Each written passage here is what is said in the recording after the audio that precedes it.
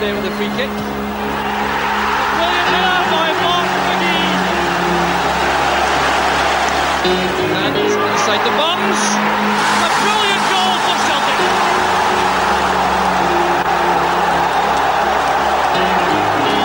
Nipping in front of Nicholas. Using his pace now to get away from the Aberdeen player. Still Walker coming all the way. Here's Billy Stark. Absolutely magnificent from Celtic.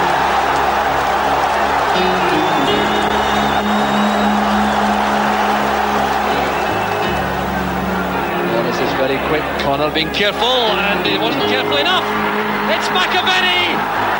Frank McAvenny picks up that gift goal for Celtic.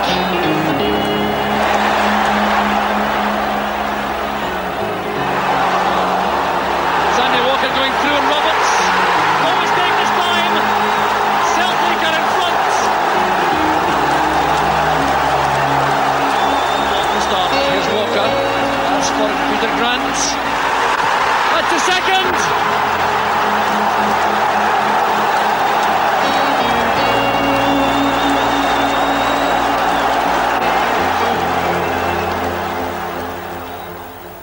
When I came at first, I did inquire for another Scottish player with a Scottish club, but the fees they were asking for were incredible, so I quickly switched the attention to Chris, and while there was a little bit of a gamble bringing someone from south of the border up here, he's settled in so well and he's become a very, very firm favourite. Obviously he's very much happier going forward than as a true defender, but again, he follows a tradition in this club with Tommy Gemmell and Danny McGrain. That's accepted, and indeed it's demanded it sometimes. I don't think that anybody in the football world with any sort of knowledge of the game cannot know of Celtic. I mean, one of the biggest clubs in the world, fantastic tradition, fantastic support, legendary club, so nobody needed to introduce Celtic to me. Welcome to the CQN podcast, A Celtic State of Mind. I'm Paul John Dykes and I'm joined by Kevin Graham for the first in a series of Centenary podcasts as we celebrate the 30th anniversary of that historic League and Scottish Cup double. Kevin, what's your memories of that phenomenal season? Happy times, eh? After the 86-87 season where the Ibrox revolution happened, the pre-season signings, obviously you've got Andy Walker from Motherwell, Billy Stark for Aberdeen, really surprising Billy Stark signing.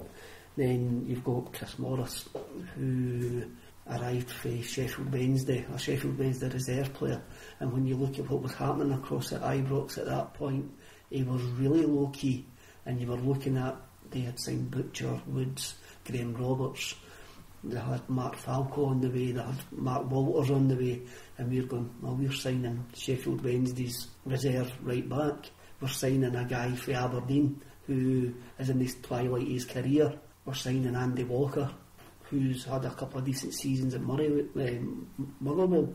But then the players that we had lost just before, McClare, Murdo McLeod, Danny McGrain, have left to go to Hamilton. Another player that I can't remember his name. He that shall not be named. His name escapes me completely. But the club was in a bit of a mess.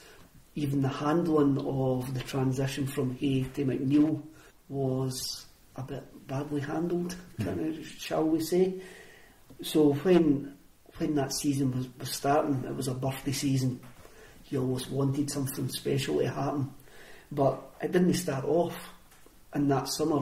I didn't expect the change to happen in that summer. I didn't expect the team to become as iconic as it became. I didn't expect guys like Chris Morris, Andy Walker, Billy Stark to be now cornerstones of Celtic history.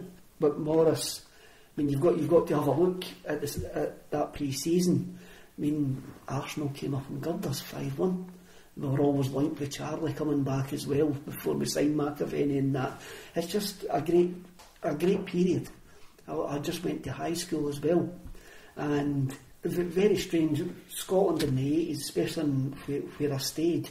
Now, it wasn't a hotbed of Celtic and Rangers bigotry, but I went to a non-denominational school, and I was only one or two Celtics fans that were there. And when I was going to the football, I was going with guys who went to the local Catholic school. So I had kind of foot in two camps, and going to high school was different because obviously it opened up the area of the people that were going to that school. And the primary school was fine, you knew everybody, but high school was completely different. And I first went to high school after the 86, 87, and being a Celtic supporter in a school where you're out 99% outnumbered was extremely difficult, especially other guys coming from areas who were more set in their ways. I'm not going to say backwards because that's no the way that they were.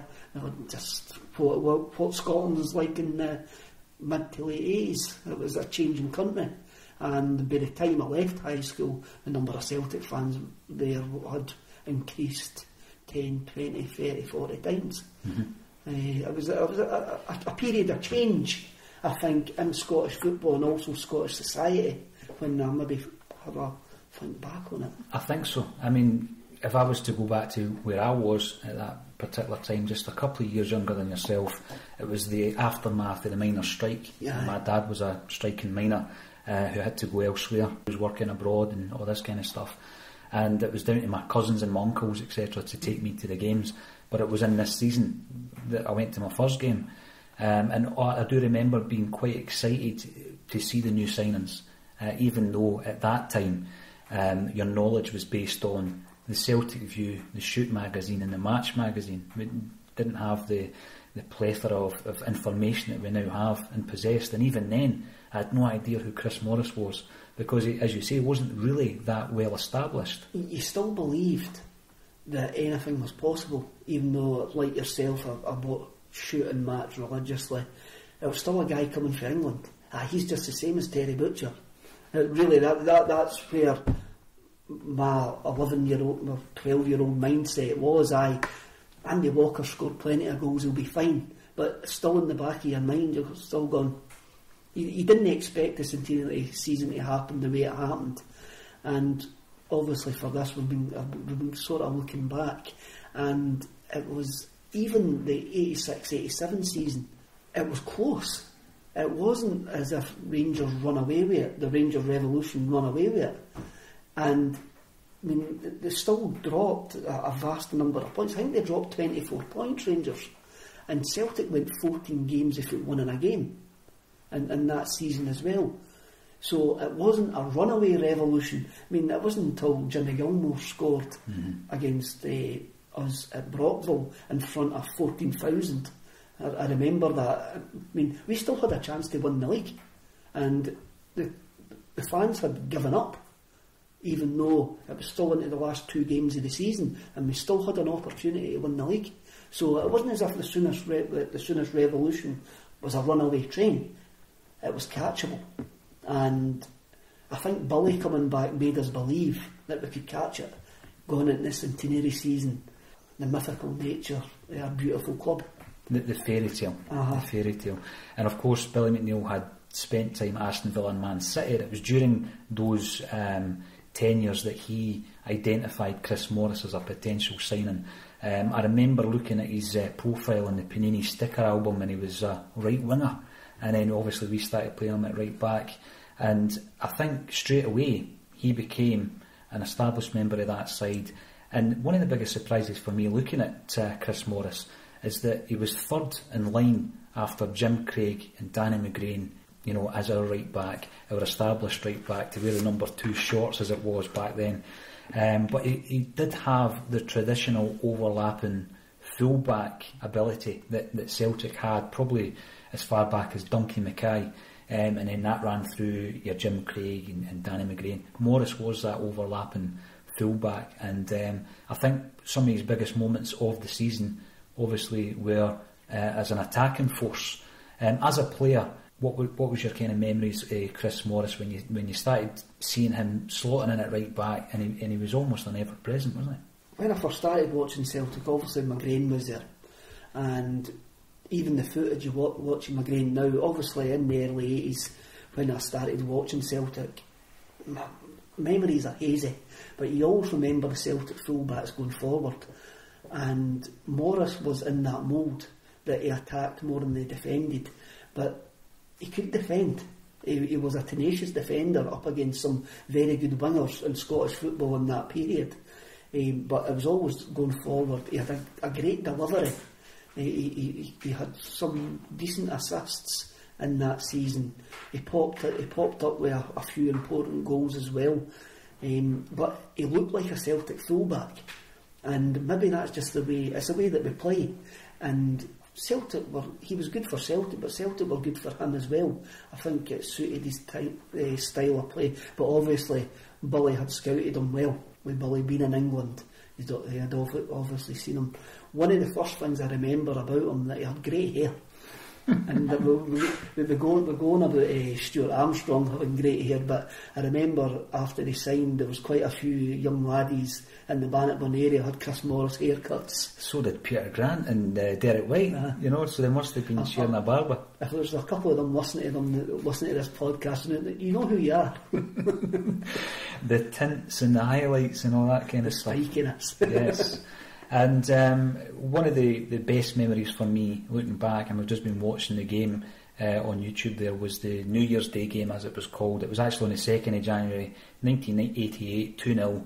McAvenny scored 2 goals, but Morris was one of the star men that day.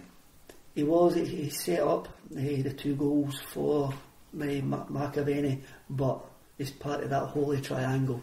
One of the greatest Celtic goals ever. McStay, Morris, McAvenny. The ball from McStay, you could watch that all day. Any midfield player in the world would have loved to have played that ball. And any midfield player, I'll be shown again, Cham. This is how you play a ball through a defence. This is how you take out a defence. Having turned in the centre circle and basically sent everybody the wrong way, and without even thinking or looking up, playing that defence splitting pass to Morris, and as you say, he'd already made that run to the right. Morris was already off as soon as McStay was turning, and McStay's seen him and played an inch perfect pass. Morris has then played an undefendable cross across the face of the goal for McAvenny to stroke in the back of the net. It's one of the greatest Celtic goals ever. It sums up Celtic, a midfield genius to an overlapping full-back to a gala striker. That's Celtic. A gala striker who had a relationship with the fans where we actually adored them, and idolised them. And it is one of the greatest goals, Celtic Rangers goals, I would suggest. It's up there as one of the greatest, I would say. Obviously, but I think it's a historical Celtic goal. It's a goal which signified, we've ticked into a birthday year. It's 1988. We're singing Happy Birthday Dear Celtic. It's magnificent. It's a change. It's a pivotal moment of that historical season. It's a pivotal moment in Celtic history, that goal. Unfortunately, I wasn't there. I went to my first Celtic Rangers game that season. I went to the one earlier, Billy Stark scoring. Again, another signing that we maybe doubted, and within the first couple of weeks of the season, bang, there you go. Then he gets Souness sent off, or Souness gets himself sent off. In glorious sunshine again, The memory of the game is in glorious sunshine. Again, it was extremely glorious sunshine in the old Celtic end. I remember I had to put my hands up to actually see. I remember it being extremely long though, after scoring after 4 minutes. But my dad always says when I went to high school, that's when you're going to your first Celtic Rangers game, son. So that one was my first Celtic Rangers game, and he probably thought the New Year's Day game was just a bit too mental, and so I wasn't at the New Year's game. So I really enjoyed watching sports team that night. It was a bit of a ritual though, wasn't it? Back in those days, I couldn't even tell you what time or day that the Scottish highlights are on these days, but you knew exactly when it was going to be on, either the Saturday night or the Sunday afternoon. And Rangers only took 1 point off of Celtic that season, and that was with us, really playing the transfer market. I know we paid big money for Joe Miller and McAvenny as the season progressed, but Rangers were throwing their cash about at that time. And again, another big part of the season for me was that unforgettable day against Dundee, the 3-0 game on the 23rd of April 1988. and the scoring was opened by Chris Morris. It's opened by an overlapping fullback. Again, that day, you've got Morris and Walker score the 3 goals, guys that were brought in by Billy. That was a fantastic day. Really, I'll never forget the folks streaming round the track. That would never happen then. It would never happen. And my dad always used to take me to, I'm not going to call it the Rangers End, because that's what I've always called it, the Rangers End. And there was a bit in the middle at the segregation, and before you know it, we had been moved into the segregation bit as there was people spilling round the track to get into the Rangers End. It was just, we use the word fairy tale possibly far too much, but that season was a fairy tale. Players like Chris Morris, whose career might have faded to nothing, now went to Celtic, took part in a really, really historical moment for the club. He went on to have an international career, played in Euro 88, played in Italia 90, all because of a move from Sheffield Wednesday to Celtic. It's magical. It's amazing how some things turn out for players, and I'm sure I'm hopeful that he appreciates. We appreciate what he did for Celtic. He's always going to be a Celtic icon, legend, whatever you want to call him. But Celtic changed his career as well. And you're right. I mean, you mentioned a holy triangle when you were describing the goal that he was part of against Rangers on New Year's Day. But he was also part of the holy Irish Trinity that we had, and with Pat Bonner and Mick McCarthy, Bonner being the only Irishman. And at the end of the season, it almost continued, because we also had the European Championship finals, and like yourself, I was supporting the Republic of Ireland, and it was like the beginning of Jack Charlton's fantastic years as the manager of Ireland. Did you watch that as closely as I did that summer? Of course, because it was very unusual at that point for the tournaments were a big deal on that day. They weren't pushed back behind Champions League, Super Sundays, Monday night football, Friday night football. So having football on the TV was an event, and especially these tournaments that were an event. The Euros especially, because there was only 8 teams, so it was the 8 Europe's best battling it out. And it was Germany. It was Germany. That's where the Dutch team came into prominence with Hullet, Van Basten. They just looked great as well. I mean, Hullet with the hair and everything, and then Van Basten, who I think was wearing number 12 throughout that tournament, because he wasn't the first choice striker, became this incredible goal scorer. I mean, that goal he scored in the final from a virtually impossible angle, and all the other players, you began to know all of the players' names, Hans van Breukelen and Ronald Koeman and his brother Edwin Koeman. Great sides. But one of the best sides to watch for me was that Irish team, because you had players that you could relate to in the Celtic side, but you also had guys like Ray Houghton, who you always wanted to play for Celtic, the boy from Castlemilk.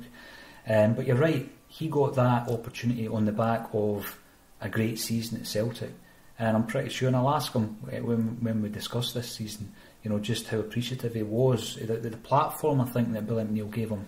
He was nowhere near any international recognition whatsoever until his form for Celtic. Like quite a few players in they couldn't live up to the centenary season after it. Changing times in football, I think, had a lot to do with that, especially changing times at Celtic with a board that weren't up with the times and didn't have the ability to change with the times. But he still went to the 1990 World Cup as well, at a time where his form at Celtic probably had never reached the level again that he had in his first season. Not to say that his form was bad, it was just not at that level. The team was struggling when Italia 90 came about, but he still played every game in Italia 90 as well, and so did McCarthy and Bonner. So that Irish Trinity was still there as well. The tournaments at that point were big things, and hopefully he will. Obviously, he's got to be able to see that what Celtic done for him. He was a Celtic fullback. He could play well in the best traditions, up and down that flank.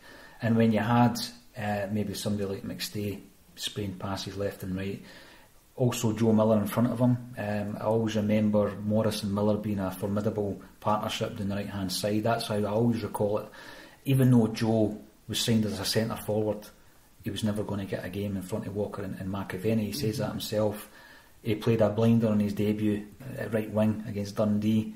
He says that was it. That was it. You know, scored as well. McNeil wanted him as the wee jinky right winger. Again, the best traditions of Celtic, really.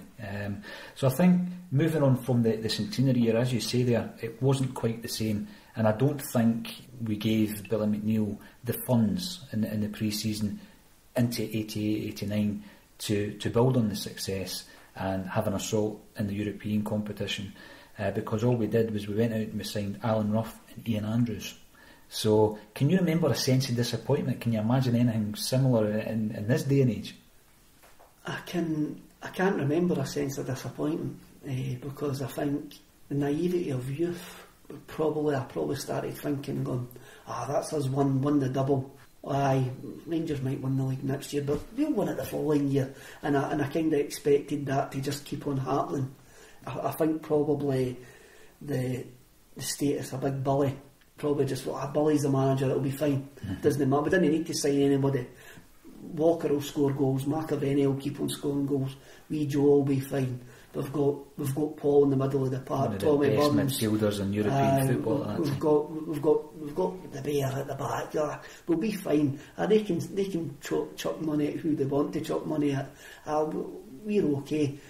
The football finances, the changing football world didn't come into it. My thoughts at that point, it was very black and white.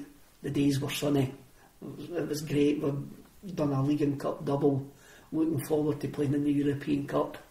I can't remember any sense of picking up the papers, which you used to get the papers at that time, and going, who we signing. When you read the history books and that again, he was interested in signing Beardsley, Gascoigne, and you go, could have been so much different. But then, if it was different, would we be where we are just now? I know, and I think Chris Morris's career, is kind of bookended between the best of times and the worst of times, because he came in that magical centenary season. By the time he was sold at the kind of beginning of 92-93 by Liam Brady, we were already on the kind of downward spiral that culminated in the club being taken over, etc. But even then, I remember thinking, when Morris and Derek White were offloaded to Middlesbrough, even as a youngster, I felt that was a bad move by Liam Brady. We got Andy Payton in return. When looking back on it, wasn't the best of moves. No, as you say, it weakened the team. I'm not slagging Andy Payton, and maybe it was time for Derek and Chris to move on, because especially Chris, he probably never regained the first season and he maybe was going stale. Mark McNally had came in at that point. Tom Boyd had also joined the club by that time as well. So maybe a parting of the ways at that time was maybe good for all parties concerned. Again, the club was getting into a poisonous era at that point, where the fans were turning on the players, they were turning on the board, they were turning on each other, because we were faced with an economical beast that a modern day foe, a modern day football was round the corner. Sky had just bought the English Premier League. You were going to need a box to watch Scottish football. Eventually you're going to need a satellite dish outside your house. Things were changing, and I think even as a support we couldn't handle it.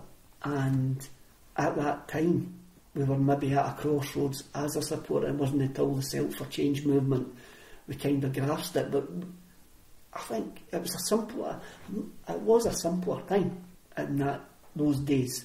And I can remember thinking, White's had a bad season, Morris has had a bad season, I'd just sell them, we'll get better, we'll get other players, just bring in new players, without not thinking about the financial ramifications, not thinking about, we've got a crumbling stadium which was falling down at that point. We needed money to build it, get a new stadium. The Taylor report was coming in, everything was changing, and we were stuck. And you're looking over at Ibrox, and they've got certain things in place that you knew we were miles away in terms of their facilities, you know. Income streams, for example, we had Terry Cassidy who was an absolute bomb scare of an appointment. And I think when you look at these times as well, I look at the Centenary team and the experience we had in that team. You know, Roy Aitken, Tommy Burns, Frank McAvenny, Mark McGee, Billy Stark and Mick McCarthy, and we lost all of the guys pretty quickly. Within a couple of seasons they were all gone. So I thought, looking back, that your Paul McStay, Chris Morris, Derek White, who had a knowledge of the club by that stage, you know, Morris probably had about 5 seasons under his belt. White had been there since he was a young boy. You had Peter Grant, you had, you know, Paul McStay, Tom Boyd, who knew the club because obviously he'd played with the boys' club, etc. The Centenary spirit was decimated very quickly. The team was broken up very quickly. Now some of them were getting to that veteran stage in the Centenary season anyway, but the players probably took a lot of blame for stuff that it wasn't their fault. We couldn't handle the changing times. Billy couldn't handle the changing times because he wasn't getting the money. Rangers were outspending everybody by this point. Aberdeen were their main challengers by the time we turned into the summer of 89-90. Aberdeen were the main challenge. We won the Scottish Cup. After that, he who shall not be named looked like he was coming back, didn't come back. And I think it was at that point that, even though Morrison that left after it, looking back with hindsight, and I mean, youth is wasted on the young, and I think at that point, if you look back, we should have seen that the Johnson transfer was the beginning of the end of everything that we knew about Celtic at that point, until McCann rocks up. I remember being at Love Street and seeing quite a few fans with the new away strip at that time, which was the kind of looked like a packet of cheese and onion crisps with the Space Invaders and everything on it, and they had 9 in the guy's name on the jerseys. I've since met one of the boys that had that. He ended up in the newspaper and all the rest of it. You know, it was a right kick in the teeth for Celtic fans, and they, you know, I always got the sense that they were over there, you know, laughing at Celtic, because the way that happened, and we'll never know the true ins and outs of the deal. And the contract and everything else, and what was put in place to make him make that decision. But I think you're right. I mean, that was the biggest insult to Celtic Football Club, all the fans, to Roy Aitken, who had instigated the move for him to come back to Celtic, to Billy McNeill, to Tommy as well. When it happened, I was on holiday. We didn't go foreign holidays at this point. I was in the caravan park and leaving. And I remember my dad buying the paper. Fife is a holiday resort though. It's nice, there's a lot of nice areas in Fife. Costa del Fife. And just looking at it, and I'm going, I never liked him anyway. I always liked Brian McClare better. That's the big thing though. He had, I remember one of the newspapers done a mock image and they stuck his face on Stuart Munro's body or something, you know, before Photoshop. It was on the front page of the paper, and it just could not, I could not in my mind understand why you would do that, because I always looked upon him. I remember him blessing himself in the Skull Cup final as he was sent off and everything else. You look back on it, and at the time, again, I was at high school and it was a kick in the teeth, a real kick in the teeth, especially when you're really outnumbered, that the guy that you epitomise as a Celtic player does something for money. Biggest betrayal. The biggest betrayal. But then, even though I didn't really want to speak about him very much, the vitriol that he got had died by the time he was bouncing about as a journeyman at Falkirk and Hearts. We gave him abuse, but the death threats and folks, I'm going to run on the park and day, it was gone by that point, because we had bigger things to think about. The club needed rebuilt, and Celtic were always a lot bigger than Mo Johnson. And even though, again, looking back, the naivety of youth, I didn't think it was such a big deal at the time. Now that you look back, it was a massive, massive deal, and it did kill Celtic for a few seasons, but the support rallied. And I think back, there was a clip on Twitter a couple of months back of Packy Bonner doing him when he played for Falkirk. And the reaction of the Celtic support, I was at Brockville that day, and the reaction of the Celtic support was superb. It was almost like a goal had been scored. Packy flattened him, and he must have knocked him goal. But the vitriol wasn't there by that point, because I said the club was getting rebuilt. Celtic were always bigger than one player. As you say, Morris spanned that period, the period of change, the highs, then the period of us not being able to accept modern football, not up to the challenge of modern football. We lost a lot of decent players. A lot of players were shipped out wrongly because of the failings of the board. And that's not to say that Morris didn't leave at the right time. His form had waned. And it's not to say that Morris was the greatest fullback ever. He was a competent fullback who was racking up international caps left, right and centre, playing in big tournaments. He wasn't a bad player. It was the same with a lot of the Celtic players in that period. They weren't bad players, just that the club wasn't in a good place. And then Chris Morris will always be fondly remembered as being part of the Centenary side, that magical season. And it's almost 30 years since that particular season when we won the double, which is frightening to think back. As we always do, Kevin, we will play a song that we can somehow link into that. So that task is on your shoulders. What song would you like to play this week? In 1987, the Glasgow band, the Jesus and Mary Chain, released their second album called Darklands. Or was it the third album? Well, they released the album Darklands anyway. And the first single from that album was a song called April Skies. So the game that we spoke about, the 3-0 game against Dundee, was on the 23rd of April in 1988. So I think we'll play April Skies, because it was a fantastic day. So underneath an April sky. A gloriously sunny April sky. And here we have the Jesus and Mary Chain with April Skies. Hey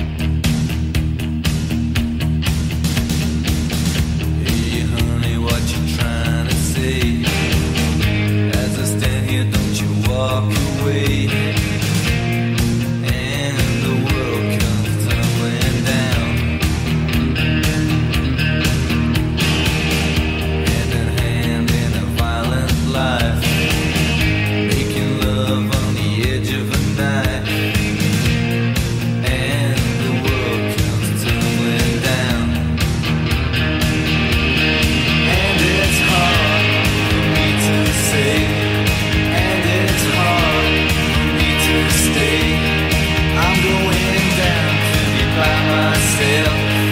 I'm going back for the good in my health.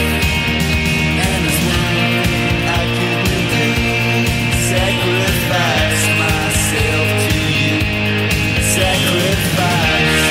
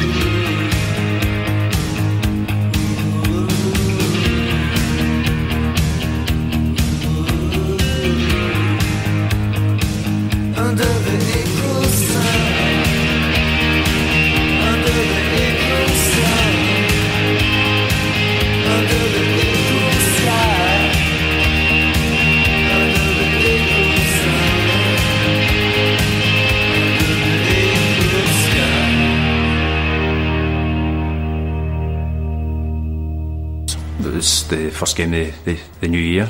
Always a traditional firm game, or was until recent years. And again, a game like we had to win. I got myself ready for that game more than anything, probably in my career. When all the Celtic supporters started singing Happy Birthday Celtic.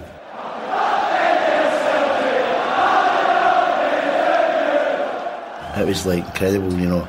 I was nearly in tears. I did a pirouette.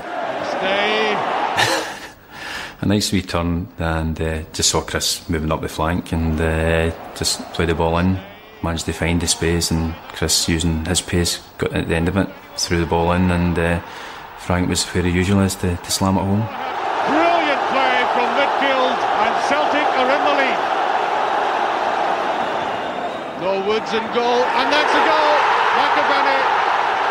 That was another big step, beating your old firm rivals. First game of the new year, psychologically very important, and again, it was just so crucial to win the old firm games that year. Yeah. When I think back, obviously you were at Sheffield Wednesday when Big Billy took the job at Celtic Park, and he was aware of you from his time down south. How did you hear about Celtic's interest in 1987?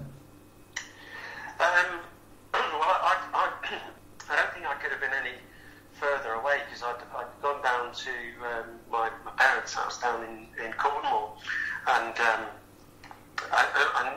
knew that I was looking to move on from Sheffield Wednesday, and I was out of contract, and one thing and another, and there had been one or two clubs that had shown an interest. Hadn't heard of anything about Celtic, but actually it was Big Billy who managed to get hold of my mum's telephone number at my parents' house, and ended up having a conversation with my mum while I was out somewhere, and basically he was very, very charming, as he always was. Picked up on the fact that he could detect an Irish accent from my mum, and they kind of got on like a house on fire. And then when I got back, and Billy had arranged for me to give him a call, and we sort of fairly quickly said that we'd like to meet up, and basically the best way to do that was for me to try and get a connecting flight. I think at the time you had to connect to London and then up to Glasgow, so we quite quickly arranged to do that, really. That was where it first came from. Now, you had been plying your trade in Sheffield, which, as far as I understand, is a big football city, isn't it? When you came up to Glasgow, do you think that you were expecting just how big the rivalry was between the two sides, or were you well aware of that when you came up to Glasgow? I don't think I was probably aware of just how keen and intense the rivalry was. Obviously, I was a football person and loved to follow football, and there was obviously Irish heritage, and we obviously followed Celtic in those matches, but I don't think anything quite ever really prepares you for the intensity and the passion that exists in the old firm rivalry. So no, I think while you had some expectation that this is going to be exciting, you just don't really know quite what you were actually walking into, I guess. Yeah, and I mean, just a few years back, Chris, I wrote the biography of Neely Mochan, who by the time you came up to Glasgow was dealing with the kit, etc. And I understand he was something of a character for new faces coming into the club. What was the kind of welcome that Neely gave you? I understand he was a bit of a joker, etc. Well, he was. I mean, to be honest, he would have his banter. He would have a bit of a laugh. He was razor sharp, literally as sharp as a tack. But I'd still be kind of looking blankly at him because I could hardly understand the words he said. So it was kind of in the beginning. It kind of went over my head. But I think with Neely had an expectation about what he wanted wanted. He was clearly very old school.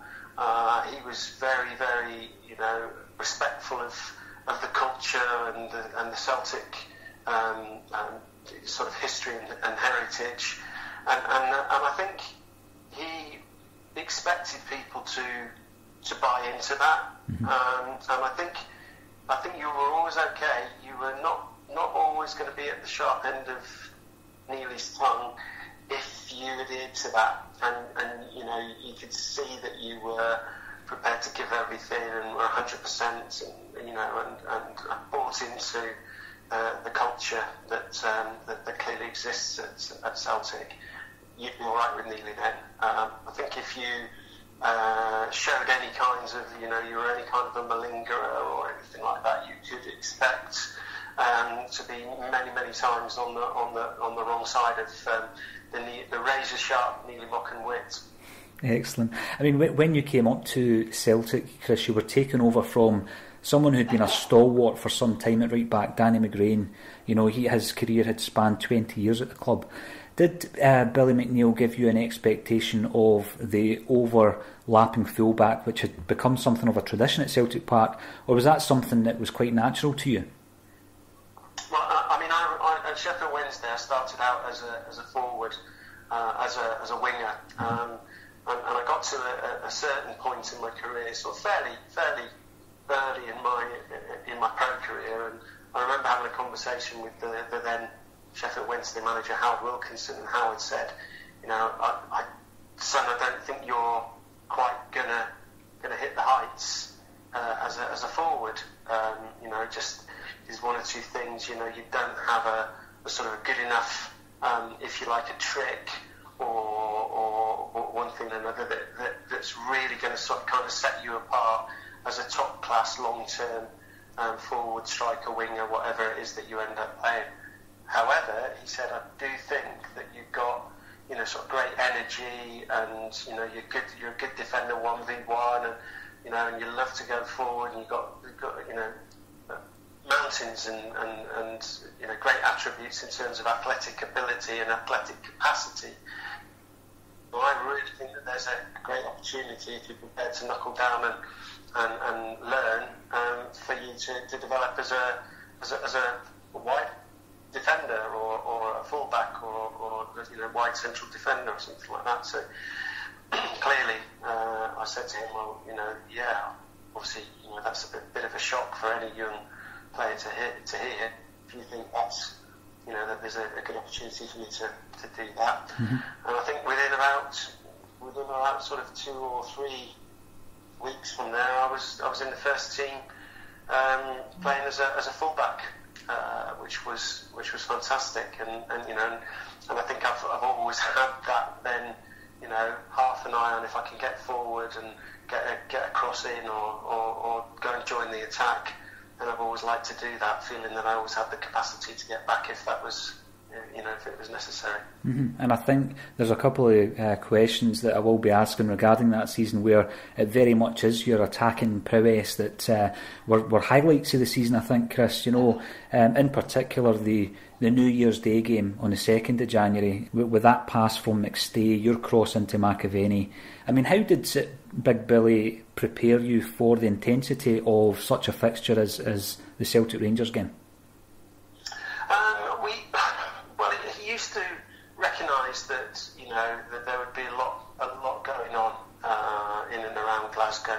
There was always a massive demand and clamour for tickets, and he liked to take us away from that. So we used to go down to Largs and go and stay down there for a couple of days prior to Old Firm games, and we were kind of a bit more out of the hustle and bustle, and the intensity, and you never really had to try and lift any of the players or motivate any of the players for any of the Old Firm games. You just need to do that. It was much more about making sure that everybody knew their roles. We played, at various times throughout my Celtic career, played different strategies, different tactical formations, and that sort of thing. just making sure that we all knew exactly where we were with whatever it was that we were trying to achieve, and trying to make sure that everybody almost sort of kept keeping people down, not too overexcited, as opposed to trying to sort of motivate them. It was never necessary. And I think that Billy, struck the nice balance with kind of getting us out of the way and giving us an opportunity to go down into Largs and have a bit of peace and quiet and a bit of time as a group before we kind of came back in, and then we would normally drive back in by coach straight for the particular Old Firm game that we were playing at. So that was generally the routine. I think it was something of a tradition for the Celtic teams to go to Largs and Seamill, and obviously part of that was to build up the team morale, Chris. How did the players unwind? I mean, did you have a good team bonding session on a regular basis? How were you brought under the wing of some of the kind of more experienced pros there? Was it in and around Glasgow, or did you tend to stay away from the city? We did used to have occasional social events and that sort of thing. A few of the lads used to play golf and one thing and another.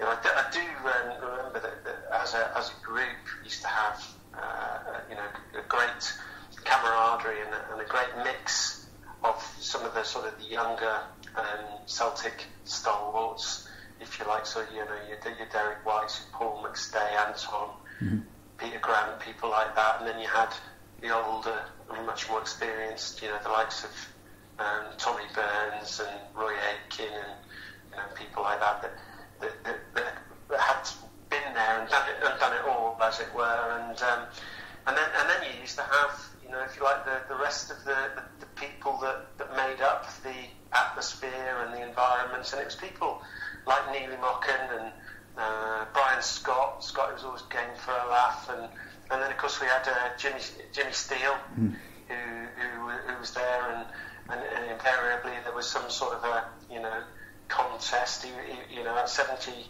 however old he was then, I think about 70, 75 or something like that, he would still challenge anybody to a foot race or take anybody on. and it just the whole mix was absolutely brilliant, and almost like something you couldn't have tried to create that blend if you'd have tried. It was just something that just was a naturally occurring event, and it was a little piece of magic that had everybody often in stitches and serious at the right times, but a real good close knit group. I mean, one of the players I've mentioned, talking of the New Year's game, who obviously was another big personality, was Frank McAvenny. How important was the additions of McAvenny and Joe Miller a wee bit later in the season to your the final outcome, which was a Scottish Cup and League double? I think they came at the right time, really, and there's always there are benefits in signing good players, and that's not just in the fact that you're getting good players. You are you're challenging the people that are there in the squad, people who perhaps have previously dominated a particular position or a particular place in the team, now would be under pressure. But also, what tends to happen when you sign good players is everybody rises and wants to impress the new players and show them what a good player I am, or what good players we are, and you can get some really, really positive knock-on effects. I think with Frank, once Frank arrived and got himself fit, because I think when he first arrived, he was he probably wasn't as much fit as he might have been, but when he did get himself in shape, he really did have almost like this sort of complete stereotypical quick, strong, athletic, good in the air, traditional centre forward, as good as anything that I've seen, to be fair. And then you had Joe, who came and played. He could play either side, left or right. But he gave another dimension to perhaps on the right hand side. Up until that point, it had perhaps been myself at full-back. Billy Stark played generally in front, but Joe was a different type of player, and it just added another dimension. And between the likes of Frank and Joe and players like Billy Stark, it really did lift the side to another level, and really we kind of cruised really to the sort of the league title that year, I think. Yeah, I mean, another big aspect of the performance, I think, was Paul McStay, coming to his peak. He was Scotland's Player of the Year that season. Is he one of the finest you've played alongside, Chris? But Paul was absolutely magnificent. I mean, all the accolades that he won, were fantastic. And I saw him in some internationals during that season, playing for Scotland. And he was brilliant. And I didn't know just how good he was coming from England until I got there. But he had fantastic ability to create space for himself. He had a brilliant intuition in terms of reading the game. A really sort of quite deceptive little change of pace and real finesse on the sort of final pass. And then, of course, he had an eye for a goal as well. So, he was right up there. No, and I have had, the opportunity to play with some fantastic players. Some, people like Juninho and Ravanelli and people like that. But Paul McStay it was awesome that year, and an awesome player all round. Fantastic. I mean, it culminated, of course, in a phenomenal performance against Dundee at Celtic Park, where you opened the scoring, Chris. When do you think it became apparent? When did you start believing that you could actually win the title? Because I think when you arrived in pre-season, it seemed like a long way off, because Rangers across the city were really throwing the millions about at that point. But when, as a squad, did you think it was going to happen? I think the game you mentioned, the New Year's Day game, was a massive turning point. I think that was of the 4 league games that we played Rangers, I think that was the third. And then we played them again at Ibrox, winning the game. I think we won 2-1. Yeah. Around about sort of March time, I think. But that was the one. I think that opened up a considerable gap. That was, if you like, we played then Rangers 3 times, won twice and drawn once, and I think that was when I felt like we've got a great chance here if we can keep it together. Mm-hmm. And of course the cup final was again something of an incredible comeback. McAvenny scoring 2 goals late on. Do you feel, Chris, that the loss of Frank may have been the catalyst for the team's deterioration almost over the next couple of seasons? I don't know. I think that was a contributory factor. To be fair, I think it was probably, you had one or two players who were the experienced lads that probably were coming towards the twilight of their careers, and I just don't think, if I'm honest, that there was the investment that was needed. And it's fine, that you can bring in players that you can get the best out of, and some players will kind of make a breakthrough. But if you've got the team at the other side of the city who are consistently signing the very best that's available, who want to come to play in Glasgow, then we had to be able to compete with that in the transfer market, and I don't think we did. And I think it was a very difficult job, given that scenario, to try and compete with a team that really literally were as you say, throwing the millions around. Sure. I mean, after the fairy tale season, you went and played for Jack Charlton's side in a memorable European Championships. When did it become known to yourself that Jack was interested in capping you for Ireland? Fairly early on, really, because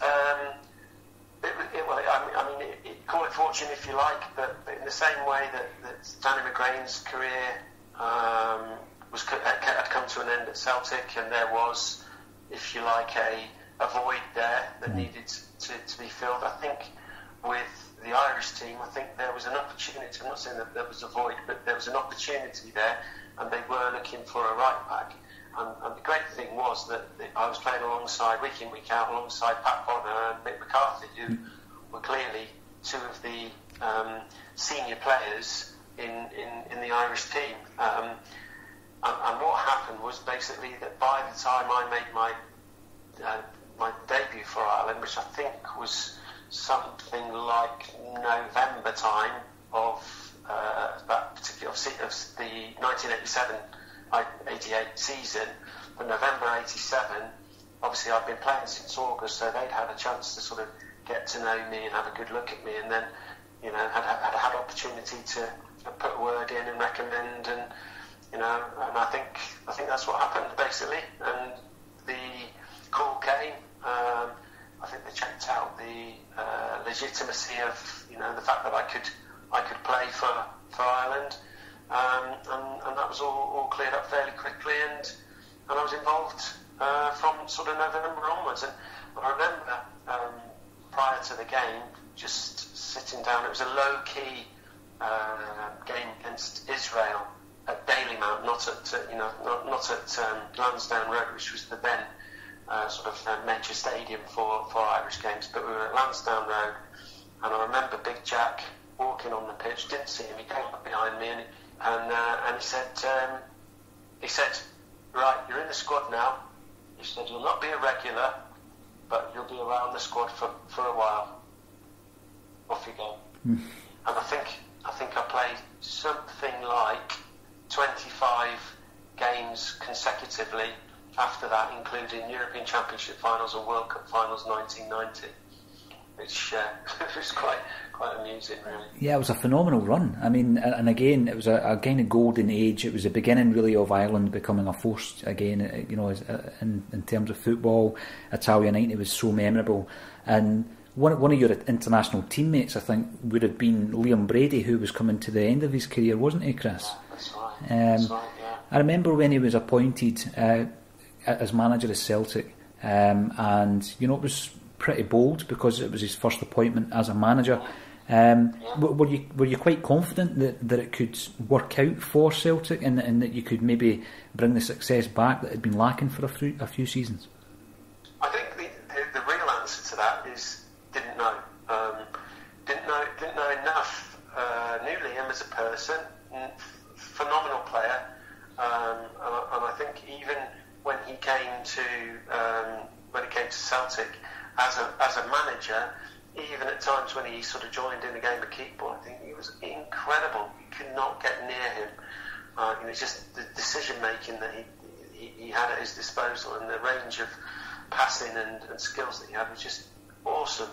But I didn't know enough about him as a manager, and I think it was a massive ask, because I suspect he didn't know too much about his local environment, and didn't know much about the Scottish game. And then he brought in Mick Martin, who's one of his colleagues. So there was no real, if you like, experience locally. No real sort of knowledge. I don't think around the Scottish game and the ins and outs and the particular nuances that you might have thought, and that always made it difficult. Now I've no doubts about Liam's abilities, his knowledge of the game. However, I think that there's more to it than that. I think there are well, some other facts. No, I think you're right. I think we've seen that in recent years as well, Chris, with a lot of the overseas managers coming to Celtic, and it is difficult for them to acclimatise to the environment. I mean, when I look at your Celtic career, it's kind of bookended by the best and almost the worst of times in terms of the Centenary season, and then when you left, Celtic were going into they were in a bit of a rut at that stage. However, looking through the season previous to you leaving, you were an almost ever present in Liam's debut season. When did it become clear to yourself? Because I understand that you had not long signed a new contract. Is that right? Yeah, it was interesting. I signed a brand new 2-year contract, and I had no intentions of moving. But what is interesting is that when I went to speak to Liam, I got a call from Liam. Liam called me and said, "Look, we've had an inquiry from Middlesbrough who are interested in taking yourself and Derek White." Now, he said, the way I see it is that we've got areas where in our squad where we've got, if you like, strength in numbers. And he said, and I think defensively I'd probably say that would be the case. However, we're short of forwards. And he said, one of the things that's being offered is the potential of bringing Andy Payton, who I'm interested in, from Middlesbrough, and that'd be another forward. So he said that's the rationale behind it. I'm keen to do the deal. Now, I had no intentions of leaving Celtic, but when a manager says, you're a makeshift or you're part of the deal that brings in a player that he wants, it's a difficult decision if you then say, no, I'm not doing that, because ultimately, there's so much power that's governed by what the manager says, and if you've got a manager that's not happy with you, very difficult situation.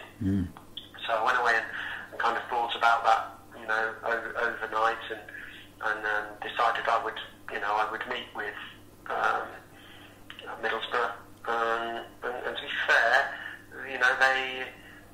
they presented a really, really good case. What they said was that they had just been promoted into the brand new Premier League, which is going to be really, really exciting. That myself and Derek would be the first of many signings as they look to strengthen and consolidate their position in the Premier League. It sounded very exciting, and I think I then went back in post chatting with Middlesbrough, went back in to see Liam, and basically the deal was done between Andy. The deal was done between Derek, and I was, if you like, the final piece of the jigsaw. So if I said no, the deal's off. If I said yes, the deal will go through. And they wanted the deal to go through, so I went. Yeah, I remember as a supporter being quite disappointed to having lost a couple of the Centenary team, but people who, you'd been at the club for 5 years, you were established, you were one of the more senior players around at that time, and it was quite disappointing from that perspective. But when you look back, it was the beginning really of a new era in English football, Chris. I mean, how did you enjoy your 5 years down at Middlesbrough, just with all the talent and the razzmatazz really of the Premiership? Well, the Premier League, is incredible. I don't really think you knew the half of it when you first went down there. I mean, we had a really, really difficult season. I think that the promises that were made, or the expectation that was there for myself and Derek when we first signed, that they were going to sign a raft of top players and there was money and funds available. That happened, and we had the smallest squad down there, which meant that it was really, really difficult for us. But I think what became apparent is that the revenues that were starting to be generated and the TV money and that sort of thing, that it became quite evident. And I mean, to the point where a club like Middlesbrough were able to sign Fabrizio Ravanelli, who the year before had scored in the final of the latter years of the European Cup final, had scored for Juventus in the final. Next year he's lining up at Middlesbrough, reputedly on 40,000-50,000 pounds a week, and that's just that was just incredible. Yeah. And we'd never kind of seen the like of that, and so that there was the razzmatazz. Then of course there was the TV coverage, and that was new territory. So it was a really interesting time. Yeah, and I mean, obviously during your time down in Middlesbrough, there was a huge transformation at Celtic with regards to the takeover, the building of a new stadium, and quite frankly, it laid the foundations to the successes that we're now enjoying. When you left, Chris, is that something that did we, as a club, leave a mark on you? Is it something that you're still passionate about? Do you come up from time to time? Yeah, I don't get up because I live in Newquay in Cornwall, to be honest, and it's a 3-day camel ride. So to try and get up there would be really, really difficult. I keep in touch with Michael McDonald, who's always been really good to me. Who's obviously one of the directors, who I've always found to be top class. What was really interesting is one of the first times that little story here, and if I digress, please forgive me, but I remember one of the things that made an impression on me is when I first came to Celtic, is just how connected the first team squad was and all the players were with the supporters, and how accessible they were. And I remember that Billy McNeil used to come in with a file full of player requests, and we were expected, and to be fair, we did it, we willingly did it, went out amongst Celtic supporters clubs and player of the year dances almost every weekend. And this was something that I'd never come across, that kind of connection between player and club and supporters clubs. And you could have, the Billy McNeil #1 Celtic Supporters Club annual dinner and dance, and there'd be players there, and there'd be, and one of the things that always struck me as well is the expectation was, at the end of the dinner and dance, they would want you to come and say a few words as a player and sing a song. And I said, well, I haven't a clue. What am I going to sing? So I remember Peter Grant saying to me, so all you need to do is, when you get up there, when you go to sing a song, just go, hail, hail. And he said, and the room will bounce around you, and you won't need to say another word. And that's what I did the first few times. Anyway, I went away on international duty, and I used to room with Big Niall Quinn. Niall Quinn was really, really, really passionate about his Irish folk songs and that sort of thing. And he was always going to these folk concerts and everything. He said, so you have to sing a Celtic song, or you have to sing an Irish song, or something like that. Yeah. And he said, so what do you do? I said, well, I always stand up and go, hail, hail, and then the room takes over, and it's bouncing, and people are up on they drag you up on the shoulders and all sorts of different things. He said, I've got a song for you to sing. And he taught me a song called The Fields of Athenry. And when I came back after an international duty, every single time that I went to a Celtic sports dance, which was pretty much every Saturday, I used to sing The Fields of Athenry at the Celtic supporters dance. And boys the Celtic players, Tommy Burns and Anton Rogan, they absolutely used to rag me completely for doing this, but it just was something, and that became sort of my little trademark. Anyway, forgot all about that. Many years passed, and I came back to Hampden to watch during the. It was a fantastic time, Henrik Larsson time, and Celtic won. Can't remember the particular date of the cup final, but I came back, and as I was walking along the road there, a few of the Celtic supporters shouting, "It's Chris!"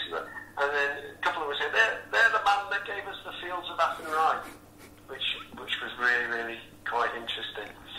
And then, obviously, you know, they won the game and everything. That was the first time that I realised that Celtic supporters were singing the Fields of Athenry, which became their anthem. It did. Which was just, you know, which was quite incredible. It's an incredible story, Chris. I remember it, you know, probably the late 80s, you know, that you start hearing that, and then by the mid-90s it was a big anthem, and you via Niall Quinn are responsible for that by the sounds of it. Well, I guess there was some that will say that you know, that there was other factors to it, but I think that was, you know, reading between the lines and you know, so my understanding of it, I think there's probably some contributory factors there, which I love, to be honest, and you know, I'm very, very passionate still about my Celtic heritage, and you know, and my time at Celtic. I loved it. It was, you know, it was the time of my life. You know, I'll never ever forget it, and you know, I'll always be really, really grateful and really passionate about you know, about my time there. It's great to hear, Chris, and I'm looking forward to, hopefully, to seeing you up here next year when we celebrate the 30th anniversary of that fantastic season. That's Rogan. That must be a great chance. Must be yes.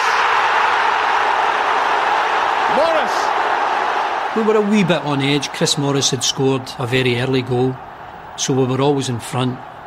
But when McAvenny played that ball through to me, I just went past the goalkeeper, slipped it in, and I think we knew then that we'd clinched the title. And even now, as I'm speaking to you, the hairs in the back of my neck are standing up. It was a fantastic feeling, and of course to get another one seconds later for a 3-0 win, it was just the icing on the cake. Walker again. Oh! 2 in about 45 seconds. And of course the celebrations followed. And there it goes. Celtic are the champions. Now, the song you chose earlier, Kevin, was a Scottish band with a couple of brothers who were controversial in their early days. I think they might have settled down near the end of their career and in the last couple of albums, certainly since the Reformation. But they were on Creation Records, a record label run by Alan McGee, who discovered loads of bands, but I think he's famous probably for discovering Oasis, but he certainly had a lot of great bands on Creation Records. And one such band is the House of Love. And again, we're going back to 1988, and the House of Love song Christine will be the song that I choose this week, simply because of Chris Morris. But it gives us an opportunity really to talk about Creation Records. I mean, in terms of the importance of our musical history, and you know, the soundtrack to our lives, how important were Creation? Massively, absolutely massively. You look at the Jesus and Mary chain. By the time Darklands came out, the Mary chain were on Warner's, I think they'd moved to Creation. But McGee took them down to London, and a lot of the publicity that they got in London was due to McGee, and there's gigs turning into riots, and that McGee loved that. That was him. McGee signed bands as a fan. He didn't see money. He just went, I like you, I'm going to sign you. There was no financial aspect whatsoever, as was proved later on when the label was teetering on the brink of collapse, and Sony had to come in and give him 49%. I think Screamadelica saved it for a while. Then eventually, I think they were still losing money when Oasis were there, and that's when Sony had to come in. I don't know if you've ever seen the documentary, the story of Creation. It's brilliant. Upside Down, that's what it is. Mm-hmm. When you see the offices at that point, it was just, he knew what he liked and he signed what he liked, and it was to hell with what musical trends, because Baggy was kicking about and he was releasing records by My Bloody Valentine, Slow Dive, Ride. The only band that kind of crossed over with the Primal Scream with the sort of dance crossover. So he was always, Creation Records was always a bastion of creativity and something that McGee liked, and the House of Love were part of that as well. They were critically acclaimed. Terry Vickers, that played the guitar for them, was a fantastic guitarist. Guy Chadwick had lead singer syndrome as well. He was fully self. They were rated as one of the big bands to make a breakthrough. They had front covers and melody makers and the NME and stuff like that. But again, that was creation. That was creation all over. It was an avenue that let artists develop. Nowadays, it wouldn't happen. No. Nowadays, creation wouldn't exist. Record companies are changing, and I think even Alan's tried quite a few things recently, and 639 Records or something like that he tried, and bands can do it themselves now. They didn't need an Alan McGee to take a chance on them. One of the funniest stories for that Upside Down is about him signing the Super Furry Animals. And when he says to them, can you not sing any songs in English? And the Griff of the Super Furry Animals went, the whole set was in English. Again, pivotal, shaped my musical direction, did Creation Records. And when you look at, it would probably be scary for me to look through my record collection to see how many actual Creation Records are in there. Mm-hmm. Do you have My Beauty by Kevin Rowland? No. No, another record that almost broke them, cracking record. But again, that was McGee being bold and releasing a record he believed in and one that he wanted out there. He wanted to reintroduce Kevin Rowland, and obviously he's got back with the Dexys since then. But that does take us up to the closing track of this current episode of A Celtic State of Mind. Here is House of Love with Christine.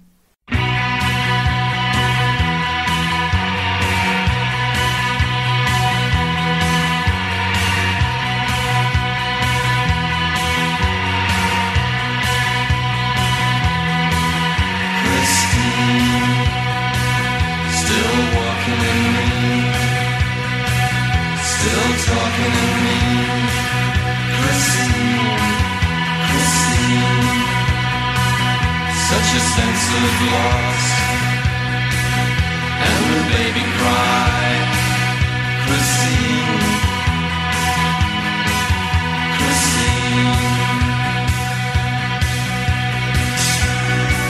and the whole world dragged us down. And the whole world turned aside, Christine.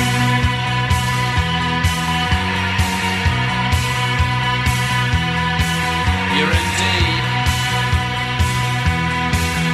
Christine, with a godlike glow. Oh, Christine, heart of the glory in me. Chaos in the big sea.